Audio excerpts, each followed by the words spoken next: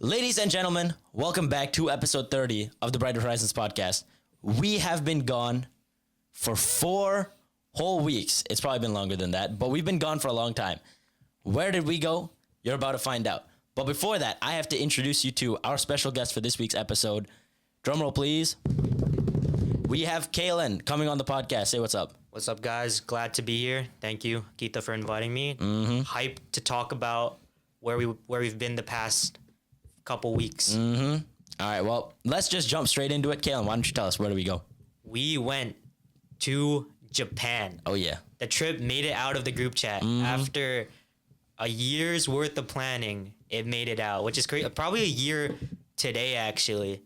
Like the origins of like the Japan trip starting. Yeah, that's true. Around today, we were in a chicken world, eating a gupper burger, and then all of a sudden, I was just like, "Yo, let's go on a grad trip." And then we went on the trip, and here we are talking about it. That's actually kind of crazy. Like that's the best thing about having a solid group of friends. I know, because you'll just talk about the most random stuff, and then bang, you have a plan to go do things. That was 100% not me being serious at all. Like that was one of my that was our hypothetical thing where we're just like, "Yo, let's go to Japan." I'm pretty sure like every other group has this thing. It's like, "Yo, let's go like on this big trip or whatever," and then we actually locked in. Yeah, we actually did it, and there's a lot to talk about. And you know, the best thing is, after the stories of today, you guys will know the saying of if your friend group can survive traveling together, they can survive anything. That is the truest statement ever. I could not have agreed more. So anyways, we're going to talk about a little recap of the trip, and then we'll see where the rest of the episode takes us. So the first thing to know is, low-key, the flight was not as long as I expected it to be. It was not. Like, even though so first off, we flew with Zip Air, right? Oh, yeah. Zip Air, if you don't know, is like no entertainment, no food. You got to pay extra for your luggage, and then it's just like, that's it. You got nothing. But like, it wasn't that bad. Like, if you sleep the whole time, watch a few shows, you'll be done. The flight. Yeah, exactly. We just landed. And the most interesting thing is, as a kid, it feels so long. Yeah. Like 8 hours. Oh my God, I can't do it. I But know. then when you are an adult, it's like, that's literally just a shift. Yeah, exactly. That was what I was about to say. Like, yeah, that's my shift at work right there. I was just sitting in a tin can for 8 hours. Exactly. So it just feels not that bad. And like, overall, it went by really fast. So I was totally fine. And not to mention the flight back was even shorter by like an hour. We landed and I didn't even know we landed. I thought we were going through some turbulence. I'm like, I look at you and we're like, oh, we landed. Yeah, we're on the ground. I'm like, damn, we're back in Vancouver. So yeah, I mean, budget airline. Honestly, flight to Japan for $900 is not bad at all. Honestly, I would take that. That was crazy. And we were in the middle of July too. Like, I don't know where you could get that deal anywhere else. Like, Yeah, that was crazy. Yeah, I think Zip Air is definitely competing like with Air Canada and stuff like that right now. Bro, 100%. I mean, the price point, it's just way better. And like, realistically, I'm willing to sacrifice the entertainment and food for $600. Bro, that wasn't even that bad. What everyone did on that flight from Vancouver to Tokyo was like everyone in our cabin bought Subway. Yeah, literally. That's all you need. That's all you need, just Subway. And even on the way back, you just go to a 7-Eleven. Yeah, exactly. It was so easy. But yeah, flew in. That was day one. The whole day was just flying. The whole day was traveling. Yeah. Actually, yeah. Because we go one day in advance, and then we had to land and wait for a friend. Yeah, because he took a different flight. Yeah. Silly guy, Mateo. I mean, he changed his mind last minute, but did. thank God he came, bro. Like, the whole trip was like so spontaneous just because it started off with 5 people, then 6, the next thing you know we had 7, then we got 8, and then Mateo was 9, which was crazy. Shout out Mateo. Bro, think about the fact that 9 of us went to Japan together. That is wild. Like, I still talk about it with my parents, like, how did you guys do that? Bro, Like, it's it was insane. crazy. And like, even when I'm at the gym and stuff, like, I'll be talking to Eric and I'm just like, dude, I miss Japan. Like, it's all I can still think about. It's crazy. It's crazy. It makes you want to go back. Yeah. Which we definitely will run it back for sure. In the future. For sure. Yeah. But yeah, I mean, first day was spent traveling. We flew for what, like 9 hours pretty much. Yeah. And then the weirdest thing is the time change because it was like 16 hours. That's a huge difference. Yeah. Like, if you're not used to like flying like to Asia or whatever, and you're only used to like flying within North America, like when it's only like 3 hours max. Yeah. And then next thing you know, you skip a full day. It's like, yo. Yeah, it was actually kind of crazy because when we landed, it's like broad daylight the next day. Because by the time we flew out, by the time we land again, it's like we flew out at 8, and then we landed at 12 p.m. in Japan Yeah, time, like noon Japan time. which is crazy. So like technically our whole like the first day was just plain because of the time skip. We Yeah. lost the rest of the day. Day 2 was just bullet train and regular train all the way to Osaka. That was from the Tokyo. most tiring experience of my life. I'm glad we got it out of the way right away, Mm-hmm. but we were tired. Like we got to the Airbnb around like 10:30. Yeah, it was late. Which is crazy. It was late, but low key, dope Airbnb. Dope. That Airbnb, there's so many memories I hold attached to that Airbnb, bro. Like even like the tiniest things, bro. Like us just like playing like games at night and stuff like that, or like Mm-hmm.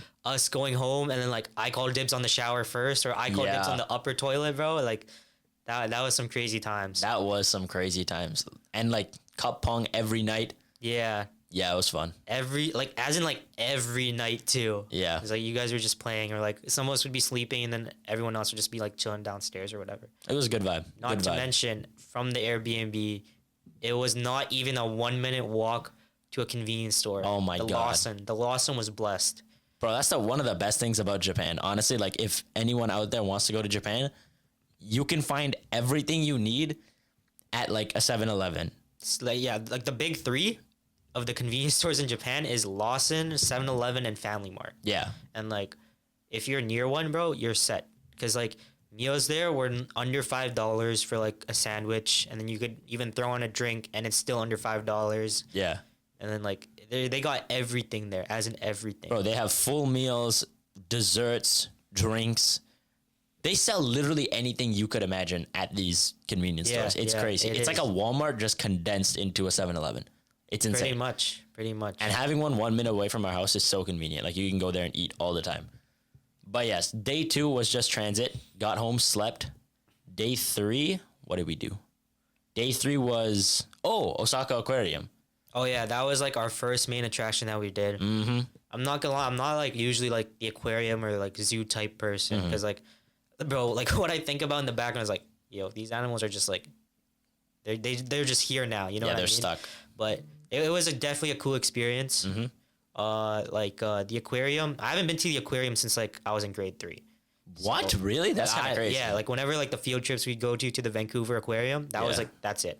But yeah, it was definitely a dope experience. Yeah. I mean, it's an interesting structure because it's just like a giant tank, and then you like start at the top and then it's circle your practically way a down. square with a tank in the middle, and Yeah. then you progressively go down until you reach the bottom. Yeah, but it's got like side tanks Yeah, around it yeah. as well, which is very interesting. But they also had like 2 ginormous whale sharks in there too. I know, It was pretty yeah, dope. yeah, that was dope. Bro, there's just a guy like scuba diving down there and like moving around, and there's like giant hammerhead sharks I swimming didn't around. see it. I actually didn't see. Really? I didn't see the guy there. Bro, he was on the floor like moving rocks around, and there's just giant sharks all around him. crazy. I was That's crazy. flabbergasted. I didn't even know what to say. It was low-key kind of crazy.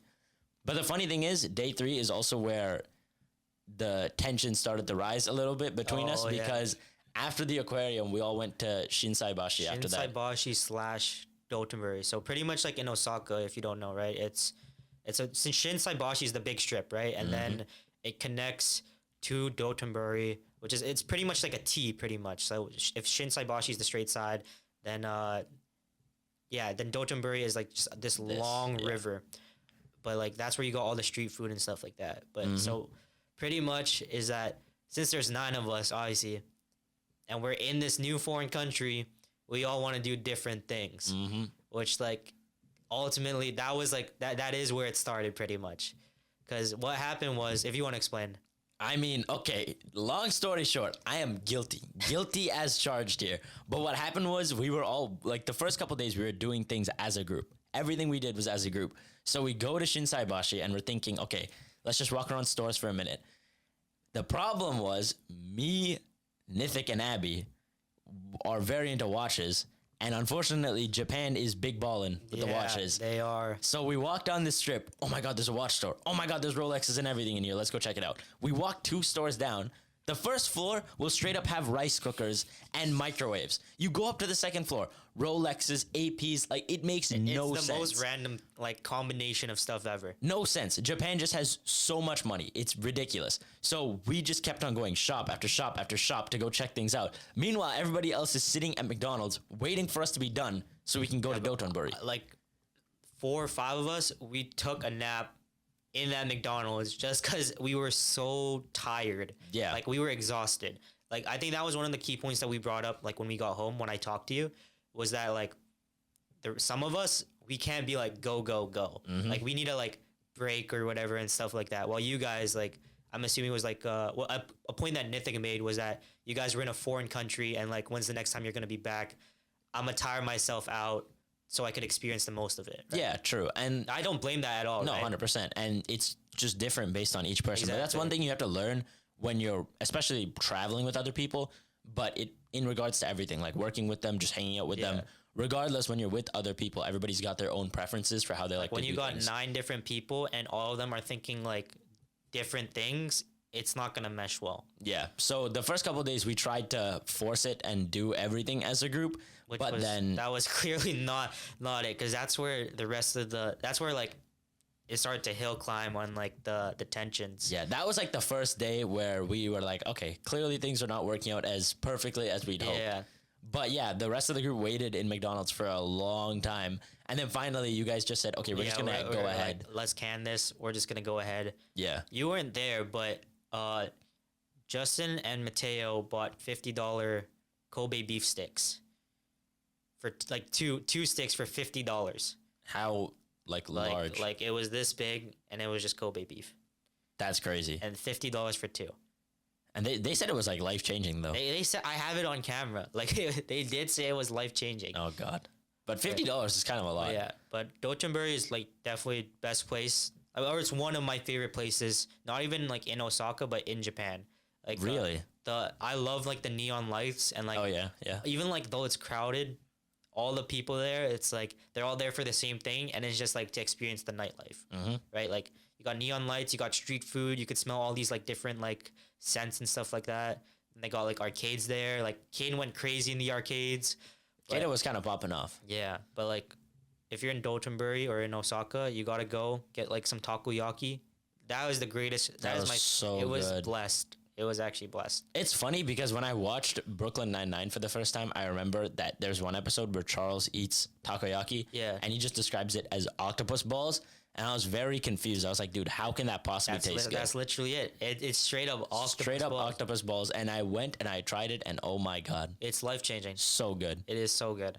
Honestly, I find myself sitting here reflecting on moments in Japan, and then I close my eyes and I'm taken back to the scene. And I Yeah. can see everything. I see myself in the line for takoyaki. I see myself paying the vending machine next to it Oh for yeah, for the food. Yeah, to get the ticket, right? Yeah, you pay a machine the money, make your selection, and it Yeah. gives you a ticket, and you hand it to them, and Yeah, they make it. they're like it's so efficient there because you don't need to talk to anyone. You just Yeah. hand a ticket, and then they give you your food, and it's less than 5 minutes too. Mm-hmm. Like they make it fast. Like even though it seems like a long line, it's not even like you'll get your food within 5 minutes. Yeah, the food was kind of insane in Japan. Everything we ate was good. Yeah, there was no even like restaurants wise, there was no bad restaurants. Like Yeah. you also weren't there because you were on your own side quest doing whatever. But we went to this like barbecue grill place, Mm-hmm. and then there was no one inside. And mind you, there's 8 of us, so we have to find like a place for 8 people. So obviously we're gonna go to the place that has no one, Right. Just so we could sit down. Dude, that was the best like grilled beef I've ever had in my like skewers, like chicken skewers, beef skewers. Like it was just life changing too. Oh my God. Like I just thinking about food in Japan makes me like not necessarily hate it here, because obviously I enjoy being home as well. Yeah. Like that's an aspect we'll get to at the end of the trip. But overall, the food in Japan is just so good. Like everywhere you go, it's good. Exactly. Like it's always a hit. Even though you think it's a miss, it's a hit. Mm-hmm. But yeah. So yeah, I mean, day 3 was just that, just walking around and shopping pretty much. Day 4, this is when we went to Nara, Deer Nara, Park, yeah. and what else did we do in that day? Oh, the Buddhist temple. That's what we did. Yeah, it was pretty much just like we did a day trip to Nara.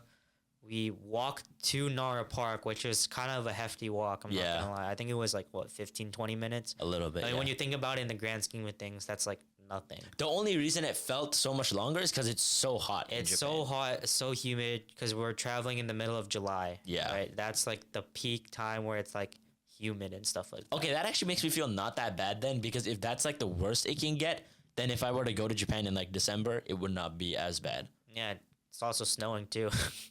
Like it snows there. Loki did not, but isn't that in like the northern regions? It also snows in Tokyo. What? Really? Yeah. Oh, that's Yeah, actually kind I'm of pretty crazy. sure. Unless kinda I'm crazy. bugging, but like, yeah, like it's like one of those. It's weird because like when you think of the countries nearby, like for example, like Philippines is just right there. Obviously, it doesn't snow there where I'm from, Yeah. or like where you're from too. Right? Yeah, It no. doesn't snow there. No. But then you go like Japan and then like Korea and then China. It's hot, but then it also snows there. That's actually really interesting. Like it's all right there, like it's Southeast Asia, and then like boom, Yeah.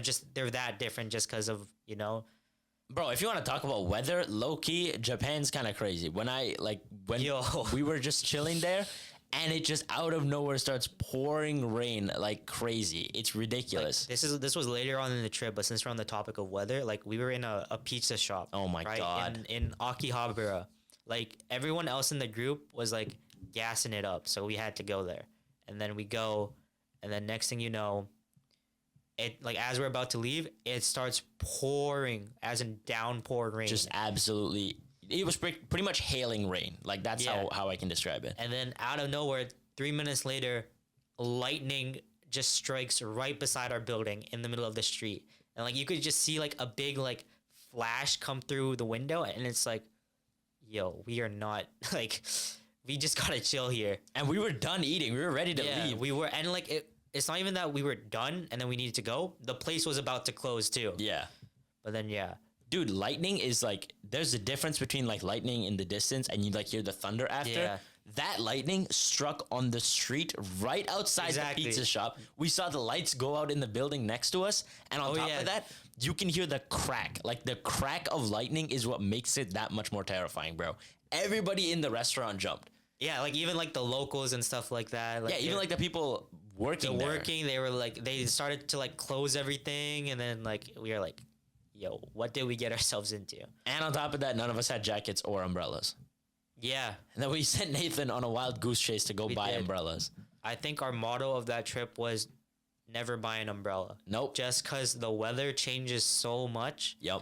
Like you think you need it, but then all of a sudden it's like it either starts to rain or stops to rain.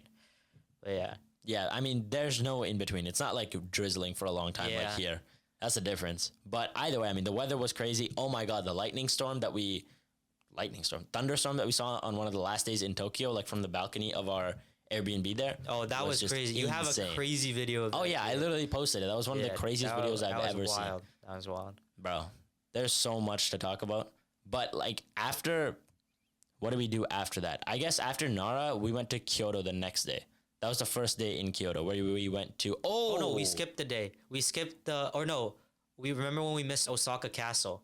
Oh That my was that God. day. Oh my God. Yep. I totally forgot Long about story that. short is that we also split up again to go eat, right? Mm-hmm. And then Abby's on the toilet as we're finishing our meal, and he texts me. He's like, yo, Osaka Castle closes at like, I think it was like 4:30 or like 5:30 or something Yeah. like that. And it's already like 4:20 or whatever. And like, it's at least like 15-20 minute walk yeah. ish from where we were, because we were like at a nearby mall or whatever, right? So we're like, oh crap, we gotta go. We pay, we dip, and it's only like me, you, Mateo, Justin that is walking to Osaka Castle, right? And then we don't run, but like we're doing like a good pace so we know we make it, right? We were like power walking. We didn't know though that the time, like the last time for admission was 4:30. Mm-hmm. So we get there at 4:32. I Google Translate to like the security dude, and he's like, no, and he points at the sign that the last admission time is 4:30. I'm like, damn, bro, damn. Like, mind you, I didn't even go to Osaka Castle when I went last year, so like I didn't even get to experience it either before. So like, Man. it's so frustrating too when you do all that and you see the castle. It's so beautiful, and you can't go inside. That's And we tragic. paid for it too. I mean, it was $5, which made it easier, like, to accept. But like, I still wanted to go inside the castle. You know what I mean? Yeah, it was actually tragic. Honestly, the vlog that day was low-key kind of Oh, that depressing. vlog was so funny though. It's like we get our reaction of like, yep, we just didn't make it. We missed it by 2 minutes, bro. It was tragic. It was 2 minutes. Like the other guys weren't gonna make it, but like we were still gonna go in regardless. You know what I mean? But Well, I mean, that's kind of one thing you do have to get used to, I guess, when traveling is not everything goes according to plan. Like every now and then there's something that's going to go wrong. On the itinerary, there were so many things that we just canceled. Yep. That we It was either that we didn't feel like we wanted to do anymore. One being Mount Fuji. Oh, yeah. Two was like, I'm too tired. We went to bed at 3:30 last night. Yep. Let's start the day at 12 o'clock. And we're Yep. like, okay. Like we had stuff planned. Like we didn't even go Japanese Denny's. We didn't go to Shimokitazawa, which is another thrifting district. Like we canceled so many things just because like we were too tired. Yeah. Yeah. You're right. I mean, it's kind of about being flexible, though. Like as things go wrong or things change, you have to adjust to it. I think that's one of the big reasons why in the first couple of days we had to learn that we can't do everything as a group. Yeah. Because we weren't ready for everyone to split off and want to do their own thing. But I think that like we obviously knew that each of us had our own interests, but it's just that you didn't know that the time was so limited that you had to split up to cover everything. But when you learn that, then it becomes easier. Yeah, because like when planning it, it's like, okay, we'll do this at like in like the morning, then afternoon, and then whatever, right? Yeah. But then it's just like you get there and then it's like you spend 2 hours in one place and then now you have to go to the next place with the other people, but then you're like, no, I kind of want to stay in this area, right? Yeah, there was a lot going on. But yeah, I mean, let's continue on. Next day was Kyoto 1, which... Oh, the infamous Kyoto 1 day. That was where we split up again, right? That is where we split up because we had a disagreement that night. Yeah. Which was... we were both at fault there.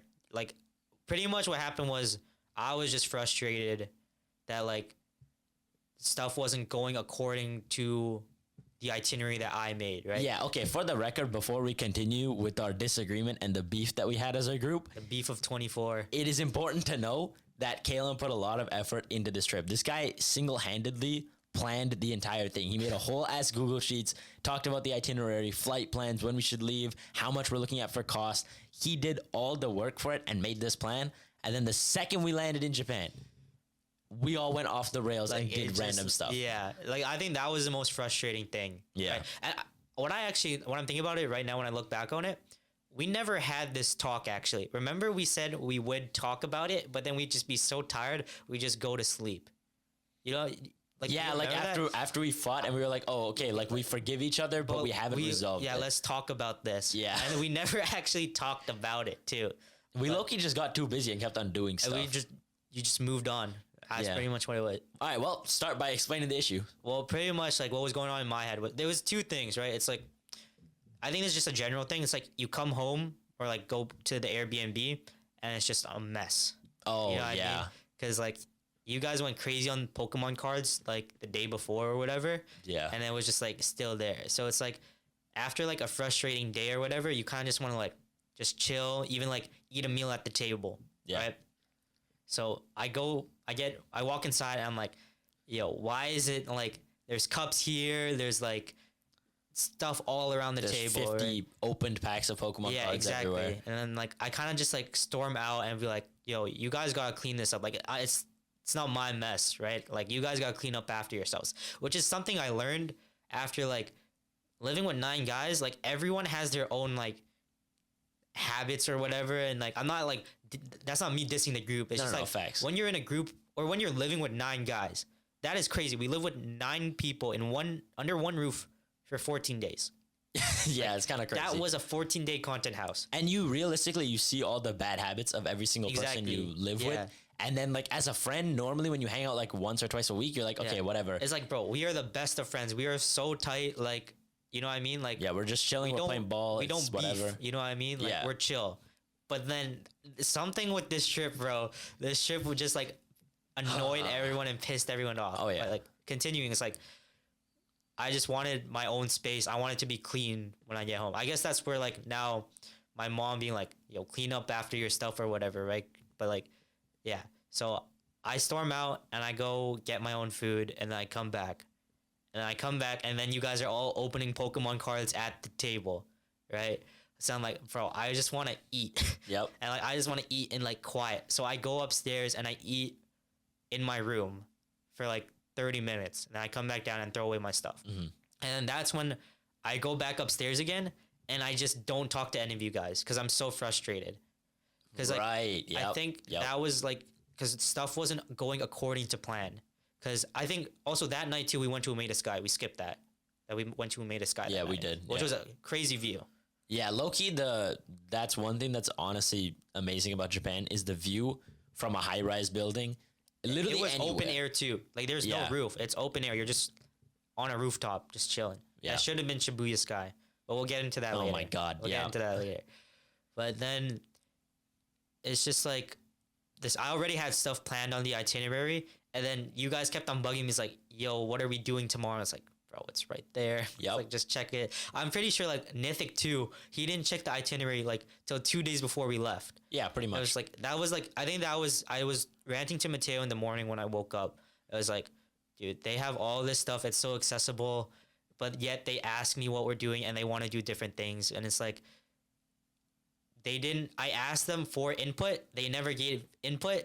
So I made the itinerary, and now they're trying to put input in when stuff's already like booked and ready. Yeah. Yeah. So, but that was pretty much it. And then like I was just frustrated and just in my room, and then I didn't talk to you guys the whole night, and I could hear you guys. Yeah, I was like, bro, what is going? I came back. I wasn't really there when the whole table was a mess. I think I was getting food or something. Yeah. When I got back home, I just heard you storm off, and I was like, bro, why does it sound like a bomb went off? What happened? Why is Kalen so mad? And I was just very confused, and I kept on asking them, like, yo, what was going on? They're like, I don't know. He just got really mad. The table was messy and blah, blah, blah. And I was like, oh, okay, interesting. But I didn't know the part of you being upset about the itinerary yet. Yeah. Because we found, like, you explained that a couple days later. Yeah. But either way, that night was very interesting. And the weird structure of this Airbnb is, like, imagine that this is, like, the first floor. This is a living room, so the table is here. There's like a wall like up here, and this window right here is where Kalen's That's room my is. room, and it's not even like my bed is like far. My bed is right beside that window, Right next to the window. I could hear everything. Like I could hear you guys scream. I could like, dude, I was trying to fall asleep, and I could hear you guys talking about like how, like you guys had no clue what to plan for Kyoto.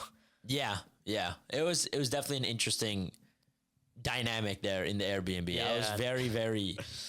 Yeah, navigating that was interesting, to say the least. But yeah, we got into a bit of beef there. And then the following day, we were trying to plan everything in one day, which was physically, I'd say it's technically possible, but based on how much walking you had to do and how many things to visit. Based on the time that everyone woke up too. Yeah, no, there was no way we were getting that done. You would have to be awake at the crack of dawn to do all those things that you guys were trying to do. Yeah. And that was also actually one of the main things too. It's like I could hear you guys talking about doing it in one day, but then in my head, I'm like, dude, I planned it on the itinerary for 2 days in a reason. Yeah. Just because, like, I know that we cannot do that. Yeah, exactly. So either way, we were trying to change the plan because of, like, I'd say changes in interest as we got to Japan. Yeah. But either way, that was going against the itinerary that Kalen had planned out. So that was a big, spark of tension right there. This is now, like, you're approaching the climax now. This is, like, the climax. So yeah.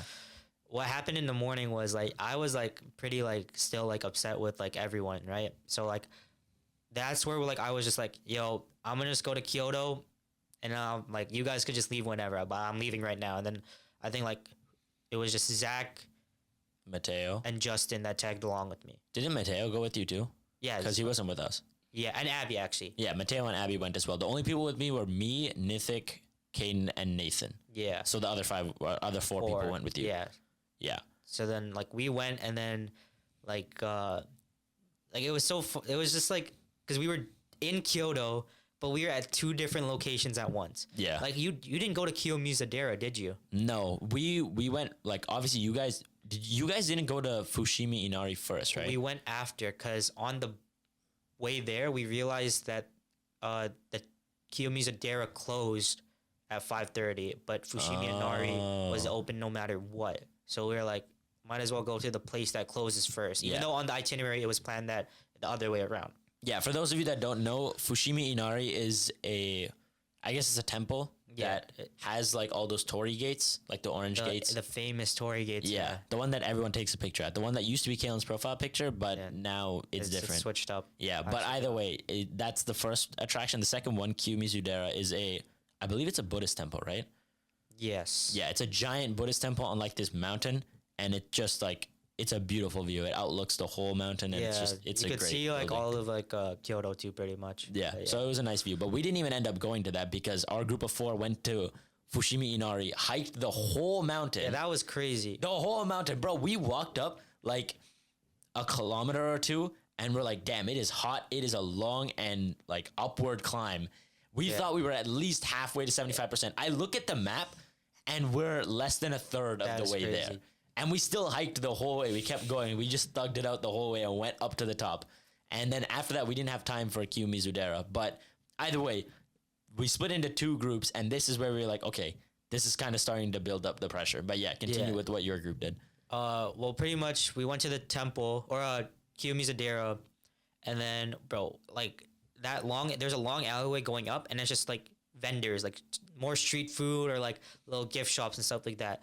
Dude, every 5 minutes we'd stop and we just get food, and that's like 500 yen. So that's like what, like $4? Less than $5, yeah. Yeah, and then we made it to the top. Then we're at the very, very top, overlooking like Kyoto, and then it starts to pour rain, like as in it's pouring rain, and we have no umbrellas. And I look at my phone, and it's just like it stops in an hour. First off, that was a lie. And then so we waited out, and then all of a sudden it stops. And like, okay, this is our only chance to go down, and we just booked it down. Yeah. And then we had Fushimi Inari, and then this is where Abby and Mateo went to go buy watches. Yep. And then me, Zach, and Justin did the same hike that you did, but we stopped halfway. Yeah. And once we got to the halfway, we were like, yo, there's no way these guys went all the way to the top. Because we were gassed. Like, it was so hot, so humid, and all I wanted to do was just, like, sit down, lay down, and rest. Bro, the only thing that saved us was the apple juice from the vending machine.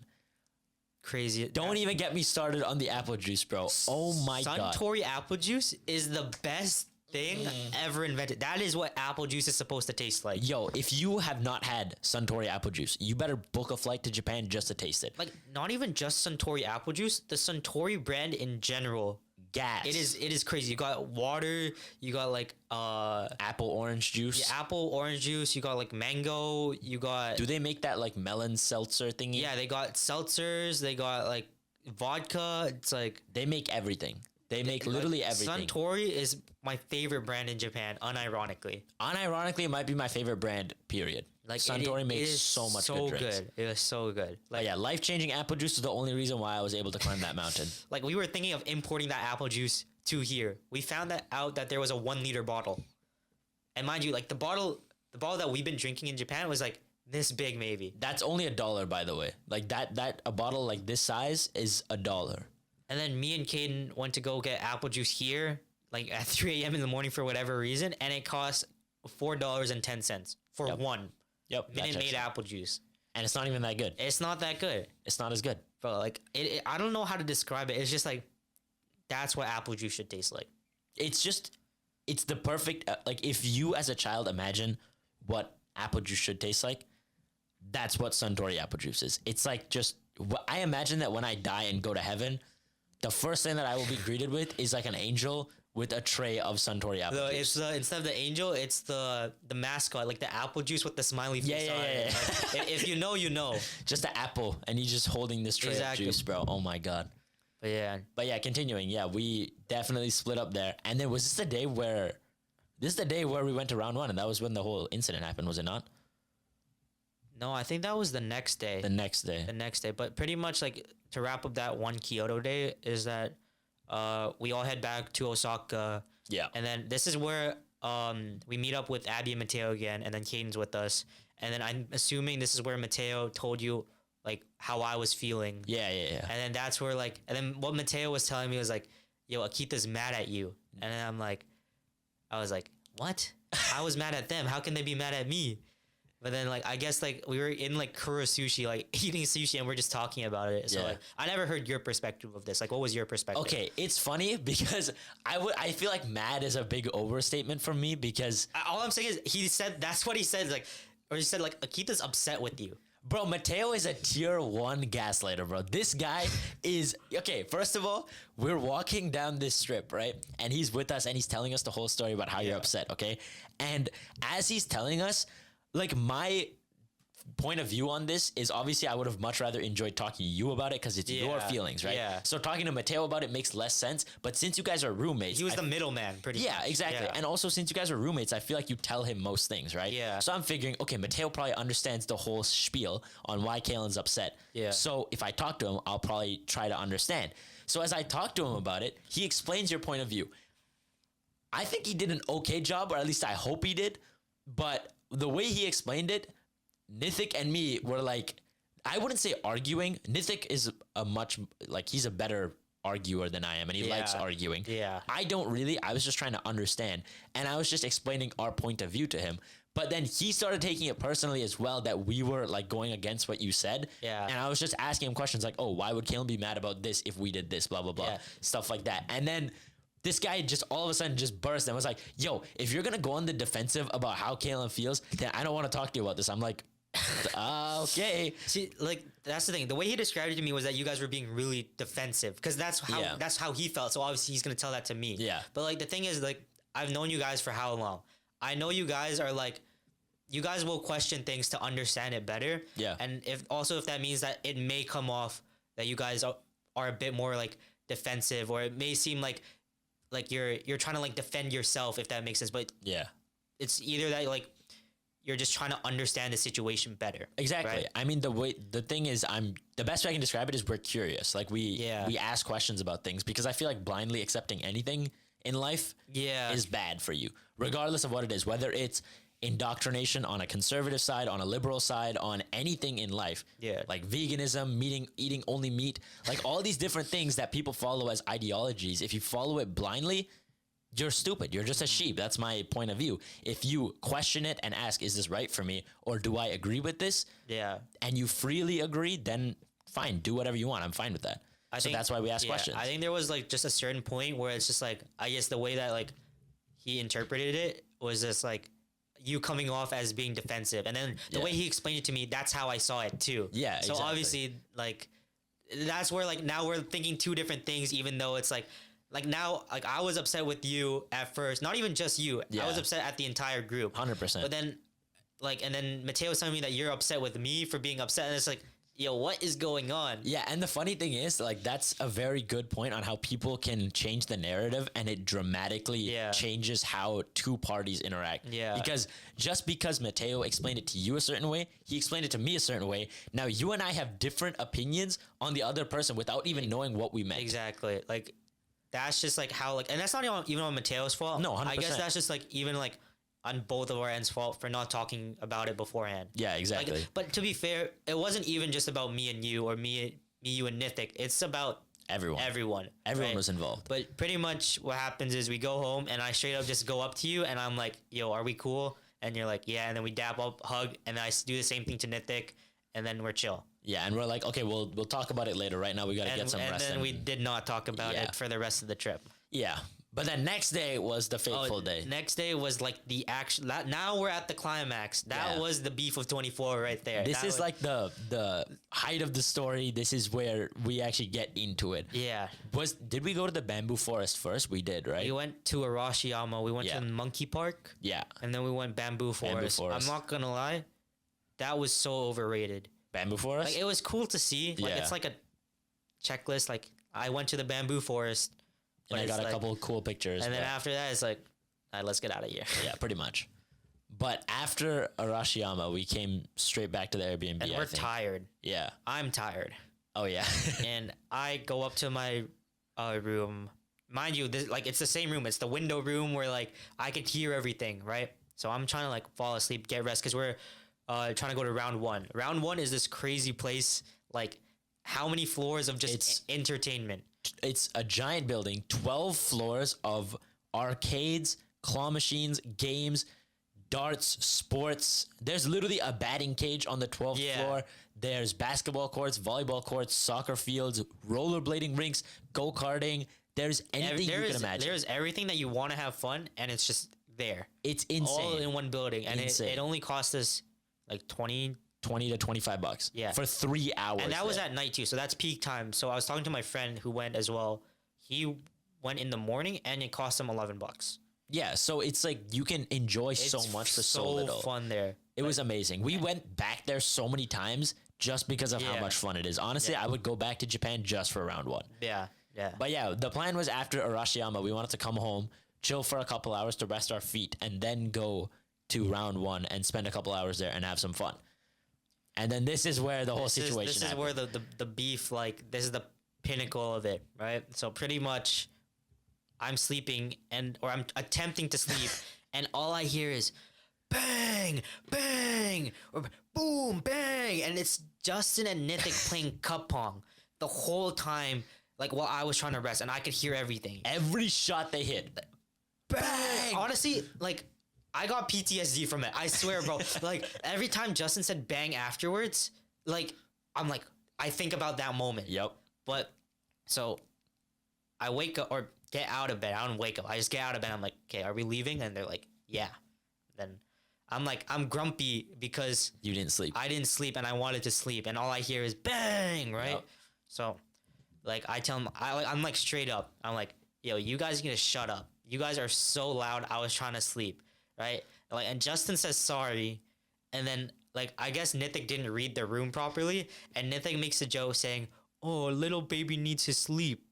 Or it's like a nap time or whatever, something like that. And like that just flipped a switch in my head, and I crashed out. Yep. That's the crash out of 24. Yep. Nithik is downstairs putting on his shoes at the door, and he says that as he's walking down. So then I follow him down the stairs, and I just shove him into the door, and then like he comes retaliating back. First off, thank you, Nithik, for not punching me in the face, because like knowing you definitely would have punched me in the face. Like, because like if something happens to him, like even in general, you're not gonna take it lightly. Yeah. Like, I guess that was the same for me. It's like, yo, this guy's like saying this stuff about me. I'm not gonna take it lightly. So I shoved him into the door, and then thankfully Nithik didn't do anything back. But like you guys were, I don't even know if you were there. I was I was on the main floor getting my stuff ready. Yeah. And then when I walked downstairs, everyone's just flipping out. Yeah. And I'm like, what is I don't going know on? who was holding me back. Someone was like in between me and Nithik, because like we were about to like not fight, but like I mean, I would say it was pretty close. It was very close. If like some other stuff happened before that too, and like I don't know, I just crashed out pretty much, right? So then like the whole mood of the trip, that's like where like I guess that's where everyone realized too. It's like, yo, we can't keep these feelings bottled up anymore. Because I think it was also just like all this pent up stuff inside of me, like even with the stuff before, like the day before, and it's just that was just me like crashing out, right? And I told you afterwards, like when we split up, because we had to go currency exchange, I was like, bro, that's not who I am. No, 100%. I was shocked. When I heard the story, I was like, what just happened? Yeah. I was and like on top of that, did Nithik like walk up to you, like grab your shirt and then just walk away? Yeah. Yeah, because he told me, like, I was concerned that when he walked up to you, grabbed your shirt like this, I had a feeling he was just gonna sock you. Yeah, bro. I was really worried. But then he told me that he just like let go and turned around and walked out the door. Bro, we were joking around, like I think it was like 2-3 days when we were cool. I was like, bro, that was some Brighter Horizon stuff right there. Oh, like, thanks. I was like, damn, bro. Like, I'm like, thank you. Yeah, and I mean, it was interesting to see that, because I guess it's an important lesson, because you normally are very, very chill. Yeah. You do not get like, mad easily. Or even just like us in general, it's like we've never had a physical altercation. You know what I mean? Like no one's ever like got in a fight with each other beforehand. Like even like the years that we've been friends. Like we've been friends like how many years now? Like I think 6 or 7 years. Like and that's all of us two being friends for 7 years. We've never had like yeah, we'd yell at each other, we'd have disagreements and stuff like that, but we never do something physical. And I guess like that was the first time that like we all like witnessed, and like I was the one that did it too, and I was like, bro, even afterwards I was like, bro, there's no way I just did that. I mean, I think that's a very powerful lesson on why you need to actually talk about things and get it out of your system. Because when people say, oh, you're bottling up your feelings, I definitely think that it's important to deal with things on your own at times. But some things you just need to talk about it and get it out, because if you don't, you are going to act out based on those feelings when you least expect it. Like you doing that and getting into a physical altercation with somebody in our friend group that we've known for so long over something like that typically doesn't happen. Exactly. That was like the first time it ever happened. And then I guess like that was like the turning point where all of us were just kind of like, yo, everyone just like needs to chill. Everyone needs to just like talk everything out at this point, right? But then, yeah, pretty much like that night, I go up to Nithik on the train tracks as we're still going to round one. And he's like, I'm like, dude, I'm sorry, bro. It's like, you know, that's not me. It's like, I understand if like you just don't want to talk right now. He's like, he straight up tells me like, yeah, bro, it's all good, but I am this close to socking you in the face right now. I'm like, okay. Then I just leave. And then we reconvene at round one, and then we hug it out, and then we're chill. And then I think that was like the last of like the big beef. There was like more like internal stuff where we didn't agree on, but then that's pretty much it. Yeah, I mean, there was definitely the couple of Justin incidents that were pretty funny. Like, but it happened in back-to-back days too. Yeah, but like that's like some other things, right? Yeah, that's like minor. I would say like, I mean, it was definitely in the heat of the moment. It was kind of serious, but overall, when you look back on it's not that bad. It's a good laugh. Like even like me and Nithik's situation, like it's a good 100%. like we joke around about it, right? Yeah, but I think that's the beauty of having good friends is like even if you get into something like that, if you can just laugh about it later, that's a really good thing. And I think that letting go of bad experiences is one of the most freeing things. Like if you guys held on to that, exactly, you guys would still be arguing about that. Like I'm not the type to hold grudges too, or like that's why even like that first night, or like, not that first night, that night where Mateo told me all those things that you were mad at me, I was like, okay, bro, like they may be mad at me, and I may not like agree on why they're mad at me or what I thought you guys were mad at me for.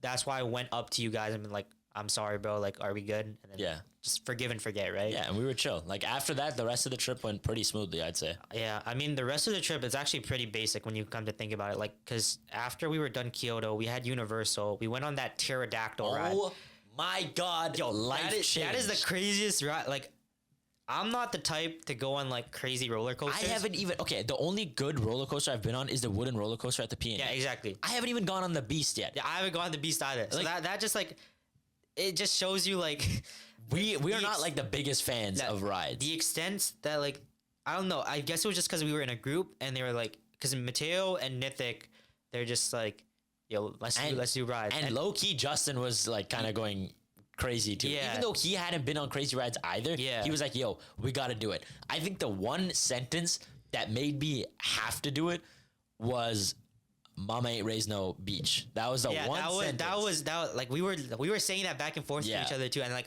low-key, I was like, yo, if Akita's doing that, I'll do it. Yeah. Because I felt we were on like the same like wavelength. Yeah, because right? like realistically, I'm not the biggest. Like I used to think I was afraid of heights, but I guess it's technically wrong because what's that ride called? The one at the PNE where it's like you sit in chairs and it like spins you all the way up. Oh, like the I don't know what it's called, but I know what it is, but I forgot. But either way, it's like chains hang down and it's just like this it's just plastic a swing. chair. Yeah, it's just a swing, and it swings you like hundreds of meters up in the sky. So I was like, okay, I've been on that before, and I wasn't scared. Yeah. So I'm not scared of heights. I'd say I'm more so just not necessarily scared of rides, but I was more worried about like dying on a ride because it's like moving very fast, going upside down and stuff. So I was never the biggest fan of rides, but we went on one before the Universal Studio, the Jurassic Park ride. Before that, we went on one roller coaster that we were low-key a bit concerned about too. Yeah. But after going on that one, that one was okay, light. Fine. That one was light. And then all of a sudden we keep walking and we see this massive ass roller coaster. Did you know that ride, when you it actually closed down for a bit because people got stuck on it upside down. And I only found that out after we went on the ride. Like can you imagine if we knew that beforehand? Yo. People got stuck upside down. Yo, imagine if we got stuck upside down. Exactly. And like it was the exact same ride too. Oh my God. The exact same place. But anyways, like I don't know, like the whole time I was like, bro, why am I doing this, bro? Why am I going on this ride? Like feeling locked in that chair, tilted forward, I was like, dude, I was not ready, bro. Like I'm like, I'll admit if I'm scared, bro. I straight up told you guys like, yo, bro, I don't know if I could do this. I'm terrified. But then it's like, it's the point of no turning back. You know what I mean? That's like, that also like, it's like, bro, what am I doing? That's what Nithik always says. Like when he's in the line, he doesn't think about it. Yeah. The only time he feels fear is when he's strapped in to the chair. Yeah. And then thinking, yo, this might actually be kind of scary. But at that point, you can't get out. Exactly. So it's too late to have any doubts. But like, dude, on the way up, and then that first down thing, you're like, holy crap, I'm doing this. And then next thing you know, you're like, this is the coolest thing ever, bro. Yep. Dude, that was the best ride I've ever been on. It'll probably be the best ride I'll ever be on. And I think the reason why, like, we kind of have to explain this to those of you that don't know. Most roller coasters, you're sitting upright like this and moving forward and like going upside down and all that.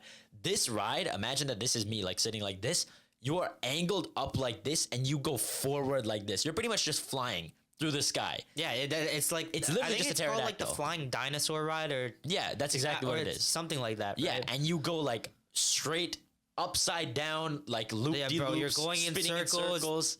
It was. I didn't think I had the balls to do that. I'm No. being so serious. And low-key, when it went under that tunnel, I thought like my feet were gonna hit the tunnel and I was just gonna lose both my legs, bro. Bro. I was low-key terrified. But after the ride, you feel like such a champ, bro. And Exactly. it's so good. Like it's such a good it feeling. It felt nice. Like it was, like all of the exhilaration throughout the ride, and then like you being like scared and nervous beforehand, and then you did that. Yeah. And you're done. It is the greatest feeling ever. And like the best lesson I drew from that was realistically, you might be afraid of a lot of things and you might not want to do a lot of things, but when you have the right people around you, Exactly. you have the motivation and the help to accomplish anything. Like when I they're would have around never us- done that. No, 100%. I would me never done neither. it if it weren't for Nithik, Justin, Mateo and or Justin. Yeah. Yeah, like- I probably would have second guessed myself and not wanted to do it. Even though like I'm not that scared of it, I probably still wouldn't have taken that Yeah, leap. exactly. But thanks to them being there, saying, "Yo, we got to do this," it pushed me to be better and just go on it and have fun. So the same thing applies for a lot of other things in life, like whether it's working out, getting a better job, starting a business, whatever it is. If you have the right people around you, you're not scared and you succeed true. at it, right? Yeah. So it's just a matter of having those people around you. But I'm very grateful that I got to go on this trip with people like that. Same here. I mean, the rest of the trip, like, it was pretty smooth sailing. Like, Mm-hmm. we all came to realize that, like, we all kind of wanted to do our own thing, and it was okay to, like, go out on your own and do your own thing, right? Yeah. Like, it's okay to go on a solo trip when you're on a group trip. You know what I mean? Because Yeah. everyone got different interests, right? So, like, after Universal, we headed straight to Tokyo, pretty much bullet train the next day. Yep. And honestly, to keep it simple, Tokyo was just all shop. It was actually just all shop. It was literally all shopping. It was all like when Uniqlo, we went like Uniqlo, Pokemon 12-story Uniqlo, It was bro. crazy, but like Oh, I actually bought this shirt at Uniqlo. Actually, One Piece drop. It's what 25th anniversary, I think. yeah, And it dropped while we were there. which is crazy. Yeah, but I'm very, very grateful because this was way cheaper here than it is. in Uniqlo Canada. shirts there, like you could find them for like $12, and that's like the design shirts, like the anime shirts. Yeah. Here it's like $30 at Like least. this one on the back, I don't think that I can stand up and show you guys. But like Kaido is on it and Luffy standing right in front of him. It is so dope. It honestly, the merch in Japan went kind of crazy. The shopping. Yeah, I actually just realized what I'm wearing right now. I bought this in Japan. Oh, the watch. I don't know who here knows watches, but if it'll focus, I think yes. No. Oh, It's just glare. Oh my god. Okay, whatever. Either way, it's a Frederic Constant FC303. So if you just look that up, then you'll know. But if you know watches, you also know that it's kind of goated. But honestly, I would have preferred to buy a Japanese brand while we were there. But the deal on this was so good because they had a case with this brand in there. Most of them were going for Oh, like yeah. 3K, 2K. Jeez. This one was like sub $800, like $750. damn. And I saw like Nithik was the one who called me over and was like, "Yo, you have to get this." And So I you looked just at it. saw it out of like a bunch of different watches, and you're like, You know the funniest thing is, you know where I bought this? where? Big Camera. Oh, that is crazy. I'm not even You joking. bought it at in Akihabara? No, in what's the place that Justin went on the last day for the Stussy shirt? It's like very far away. Shinjuku or no? No, it's even Ikebukuro? further. Yes, Ikebukuro. That's where Oh, it was. damn. We went all the way there so Justin could get a Stussy shirt. And I was thinking, low key, I'm going to check if I can buy a watch. Because this was the last day before we were leaving. Yeah. And I still didn't have one. Nithik already bought his. Most people had what they needed. Yeah. I didn't have a watch yet. And I knew I wanted to buy one while we were there. So last day, I take a shot in the dark. I'm like, okay, I'm going with Justin. I'll see what I can find. The second we walk out of the station, I look it up on maps. No watch shops anywhere. That is I'm crazy. screwed. And then I look up and I see Big Camera. I'm like, you know what? What the hell? I'm going to go in there and just take a look. Bro. I go up to the 8th floor to look at the watches. The selection is massive, number one. They had Rolexes in big camera. They got everything in a camera shop. Like, it makes no sense. But we go up to the top, and I'm looking at these watches. There's a bunch of good options, and I'm finally settled on one. And then Nitik's like, yo, you have to come check this out right now. And I walk over, and I'm looking. I'm just mesmerized. I'm like, yo, that's it right there. I have to get it. So I take a look. I buy it. The lady took so long to unbox it, remove the links, adjust it, and everything. But then this was also a day where we had something after that. I don't remember what it was, but we had to rush back. Oh, it was go-karting. Yeah, it was go-karting. That's what it was. Yeah. So like the last day, we had go-karting, and we were all the way here. It took us an hour to get back. Yeah. And we had to transit straight to the place, I think. It's in Odaiba. It's a man-made island, like bottom right of Tokyo. Yeah, it was very far. But either way, I mean, the experience of shopping in Japan is so much better than here. I can't stand shopping here anymore. It's just way better in Japan. It's different. It's different. Like, you want to go back just to shop. Literally. Like, I definitely want to go back within the next 2 years because there's just so much to do. So much to do. But then the last thing we need to talk about is go-karting. Go-karting, dude, that was life-changing. Like, I know we say everything is life-changing, but that was life-changing. Because you're just, like, in a little, like, go-kart, and you're driving around all, like, the streets of Tokyo. Yeah, like, streets. Like, there's cars next to you. You're going through all these roads. We're dressed up as Pokemon. Like, bro, dude, it was so fun. You know what? I'll throw up a picture right now of our fit with everyone. Oh, yeah, we're missing a few people because they weren't old enough to drive. So we'll definitely go back and go kart again with everybody. Exactly. But we were dressed up as Pokemon. That was like, and it was the last night too. That was like, to end it off in that way, like driving at night too. And we were pulling up next to nice cars too. Like I saw 3 Ferraris, and we literally parked at a light next to a Ferrari. It was crazy. Oh my god! You're that close, and it's just like, yo, that's like, and that was a good way to summarize the trip. Like, it was like, damn, like this trip is over. We really ended it off with a bang. 100%. It was like, a great. Even though the tourists don't like it, or not, sorry, the locals don't like it. Yeah. No, but some of them do actually. They take pictures of us. Yeah, right? I know, and they're like waving at us. Yeah, as we drove I think by. it's the ones that are driving, like. The other cars, they probably hate us. Like, I almost got hit. Oh, really? Like, I was driving, and then all of a sudden, a car just zooms past me. I'm like, yo. And, like, in the training, they're like, oh, if you don't keep a close gap between the go-kart, people will cut you off. I almost got cut off, so I sped on purpose just so they could merge in. Kane got cut off behind me. Oh, really? Yeah. Oh, damn, yeah. So it's definitely an interesting experience, and some people don't like it, but if you go to Japan, it's a must-do. You have to do it. Like, honestly, it was one of the favorite things I did in Japan. Yeah, it was honestly amazing, like, and I would do it again. It's honestly a must. Like, even though, like, I guess it's frowned upon by certain people. Like, just go, just do it, do it. I mean, like, that was pretty much the trip. Like, because like it was just like sightseeing, shopping, and then go home pretty much, right? And the last thing that I would say about Japan is the hospitality of the people. They're so nice there, so nice, and like I can't even describe whether it's buying things, eating at places, like the service they provide is worthy of tips, but they don't even take tips. It's above and beyond. And that's the opposite of North American culture, because here they demand tips and don't provide the service that deserves it. Exactly. But you feel guilty for not tipping them because it's just tipping culture here. It's just like customary. You have, it's sort of like you have to tip. You know what I mean?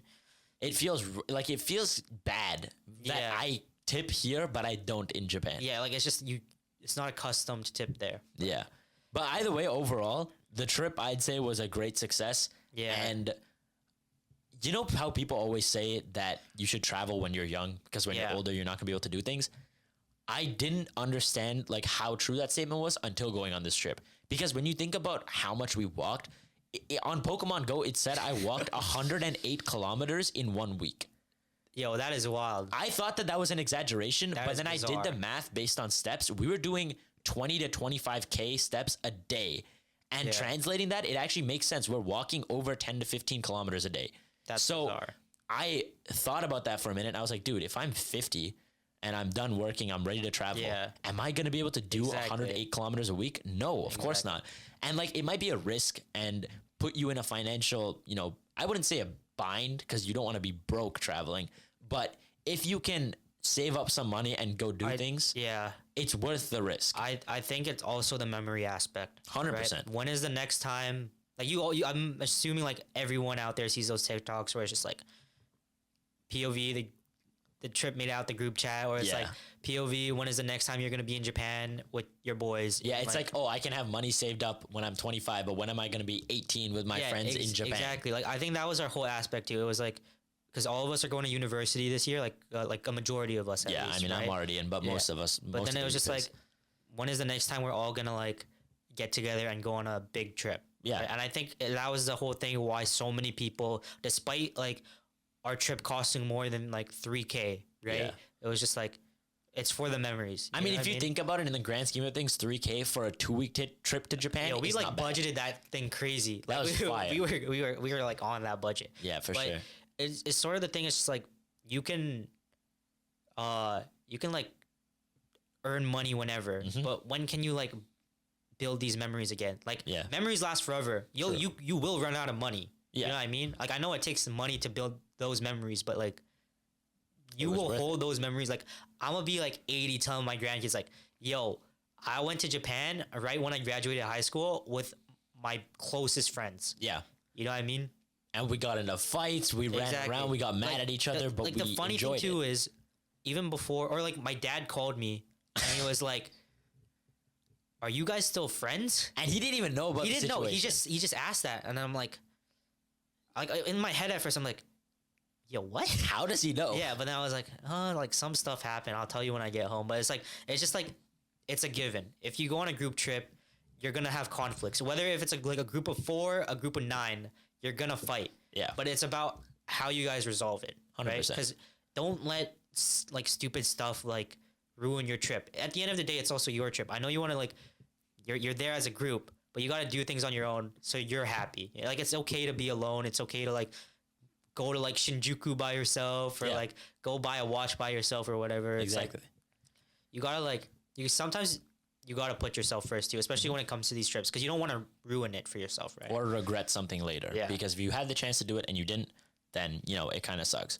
But either way, the biggest takeaway is definitely just enjoy the moment, do Yeah. things, take risks, but also you have to learn to cooperate with other people and also not to hold on to things. Yeah, I think that was the biggest takeaway. I think like low key we did become closer after, like even though we hung out less, but I feel like we're more tight. You know what I mean? Yeah. After living together for like 14 days, right? Yeah. I feel close with you guys. You know what I mean? 100. Like, it's just like you don't experience these things like with any other like group of people. You know what I mean? It's like if you have the chance to like take that risk, book that flight, plan that trip, yo, just go. You know? Yeah. And I wouldn't have taken myself as a guy who would be traveling this much at my age with like I'm obviously not in a bad financial situation, but like I'm not rich. Yeah. Right. But I wouldn't take myself as a person who would invest that much money into Exactly. traveling. I Like- would usually just buy stocks or something Yeah, with it. like all of us paid for this trip with our own money. Own money. Like nobody else helped us yeah. there. But now after going on this trip, I realize how worth it is to travel when you're young. It and I is. see myself going on more trips within the next Yeah, like couple of years. Exactly. So yeah, overall, trip was a smashing success. And honestly, I'm pretty sure you and I could probably talk about this for like another hour. But this I guy know. has to go to work. Yeah, we're like already at that hour limit too. Yeah. But And like realistically, obviously people have podcasts that are longer, but like if I just kept going, we could Bro, probably talk for a whole day. Like we purposely skipped out on all of Tokyo. Literally, we Like, simplified it we down. simplified it so much just so we could like this podcast could be under or around an hour, I guess. Yo, we didn't even talk about Pizza Strata or anything. Oh my There's so many God, things we there- missed. But low-key, I think you might just have to come on another episode. Maybe perchance. So, I mean, that's a summary on our trip, the beef that happened. The beef of 24, the crash out of 24, the Japan trip of 24. Oh my God. So many things happened. But overall, Wouldn't regret it. wouldn't regret it at all. Fantastic experience. I'm going to be talking about this until I die. Exactly. But yeah, without further ado, everybody knows what time it is before we end the episode. It's time for quote Of the day, week. week. There we go. We got Oh, it. shoot, my bad. Nope, my we're bad. good. You're good. You're good. Hey, first time on the pod. Oh, that's true. You're That's chilling. true. You're chilling. But anyways, quote of the week: "He who is unfazed by resentment is empowered to rise above negativity." And that quote, I just got it from a random Instagram reel, but I thought it was very fitting for this. That reflects, I guess, our whole trip. Yeah, You know what I mean? literally, because I mean, if we held on to resentment between either you and me, you and Nithik after you pushed him Or into even the just door, like our whole like group. yeah, 100%. If anyone got like very upset and took things personally, we wouldn't have been able to enjoy the whole trip. So to you out there, if you're going through something and you and your friends are beefing, or you and your family, whatever it is, you gotta let that stuff go, man. It's not worth it. It's very important. This is what I was telling you too on the trip. Like, it's very important to just forgive and forget. 100%. I think that's like the two things. Like, just forgive and forget. That's leave it at that. Yeah, right? just move on. So, yeah. thank you guys so much for tuning in. We are back, and there's definitely more things that we have to talk about on next week's episode on why we were gone so long.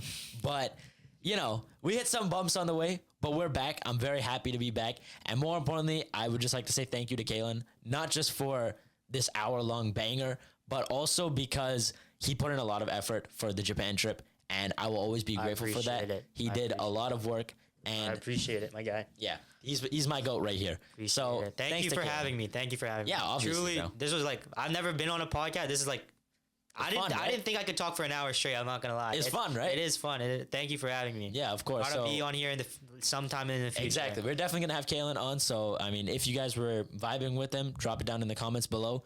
We'll definitely have him on a future video. But yeah, thank you guys so much for tuning into this episode. We'll catch you guys next week, and make sure you live a positive life, y'all. Peace out. See you guys.